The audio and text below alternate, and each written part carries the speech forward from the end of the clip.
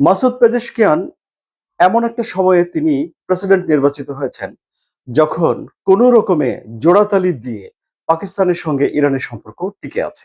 কেন এই কথা বলছি? কারণ এর আগে যখন প্রেসিডেন্ট রাইসি ছিলেন ২০২৪ সালের কথা, তখন ইরানের সঙ্গে পাকিস্তানের সম্পর্ক সাপে নেউলে হয়ে উঠেছিল এবং পাকিস্তানের ভেতরে ইরান মিসাইল মেরেছিল একটা সশস্ত্র গ্রুপকে লক্ষ্য করে। জবাবে পাকিস্তানও ইরানের সশস্ত্র একটা গোষ্ঠীকে লক্ষ্য করে মিসাইল মেরেছিল। অর্থাৎ দুই দেশের ভেতরে সম্পর্ক খুবই খারাপ ছিল। পরবর্তীতে সম্পর্কটা আস্তে আস্তে ঠিক হয়। এতে ইরানের আগের যিনি পররাষ্ট্রমন্ত্রী ছিলেন তিনি একটা উদ্যোগ নিয়েছিলেন এবং এই সম্পর্কটি এখন দেখা যাচ্ছে যে দুই দেশের ভেতরে একটা নির্ভরযোগ্যতার সম্পর্কে রূপান্তরিত হয়ে যাচ্ছে। বিশেষ করে যুক্তরাষ্ট্রের সঙ্গে এই যুদ্ধের যে সময়টা, এই সময়টিতে এসে মাসুদ পেজেশকিয়ান শেহবাজ শরীফের সঙ্গে অন্ততপক্ষে ৭ থেকে ৮ বার টেলিফোনে আলাপ করেছেন বলে জানা যাচ্ছে এবং এই আলাপ কখনো কখনো ১ ঘন্টা পার হয়ে যেত।